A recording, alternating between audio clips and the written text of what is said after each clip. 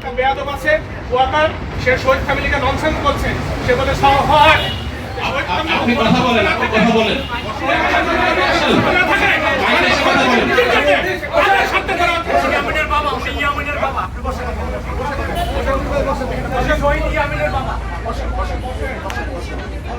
আমার ছেলে ফেসবুকে কোনো পোস্ট দিয়ে শহীদ হয়নি, আমার ছেলে কোনো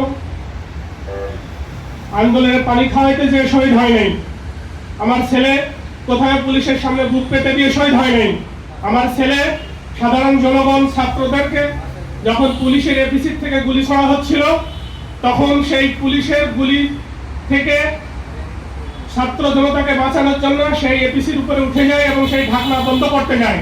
তখন পুলিশ এপিসি থেকে নিচে নেমে তার বুকের বাম পাশে ক্লোজ ডিস্টেন্স থেকে তাকে শটগান দিয়ে গুলি করে।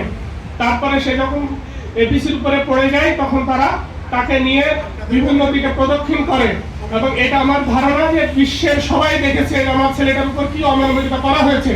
আর আজকে এই ফাউন্ডেশনের এক বেয়াদব আমাকে বলেছে সোহাগ ওয়াকার, সে কিসে আমরা বলেছি শহীদ ফাউন্ডেশনের শহীদ ফ্যামিলির বাইরে কেউ থাকতে পারবে না, কারণ এখন যে স্নিগ্ধ সিও ছিল সে শহীদ ফ্যামিলির, আমাদের কোনো আপত্তি ছিল না, আমাদের কারোর সাথে কোনো আলাপ না করে আমরা এখানে যারা সবাই আছি আমরা জেনারেল মেম্বার হিসেবে আমাদেরকে রাখা হয়েছে। আর এটা জাস্ট আমাদেরকে দেওয়ার জন্য আমাদেরকে ডেকে আনা হয়েছে যে আমরা সিও উনি পদত্যাগ করছে, আমরা একটা সিও দিয়েছি, সেই সিওর সাথে শহীদ ফ্যামিলি বা ওনার শহীদ ফ্যামিলির কোনো সম্পর্ক নাই। তাহলে ওনার যদি কোনো আবেগ না থাকে, ওনার যদি শহীদ পরিবারদের প্রতি কোনো দরদ না থাকে, তাহলে ওনার কাছে আমরা কি যে বলবো?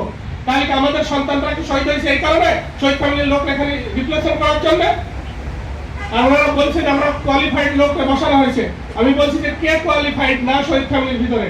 আমি বলছি আমি ঢাকা ইউনিভার্সিটিতে ফার্স্ট ক্লাস ফার্স্ট, আমি 22 বছর ব্যাংকিং চাকরি করেছি, আমি 17 সালে যমুনা ব্যাংক থেকে সিনিয়র ভাইস প্রেসিডেন্ট হিসেবে পদত্যাগ করেছি, আমি সিওর জন্য কোয়ালিফাইড না? আর কোথেকে তাকে ধরে নিয়ে আসি কেন হচ্ছে তাকে আমাকে সিও হিসেবে মেনে নিতে হবে? এই কথা যখন বলা হচ্ছে তখন ওয়াকার সাহেব এটা আপত্তি করেন, আপনি কেন আপত্তি করেন? কারণ তিনিও হচ্ছে এই শহীদ ফ্যামিলির কেউ না, ওনাকে কেন ওখানে বসানো হয়েছে?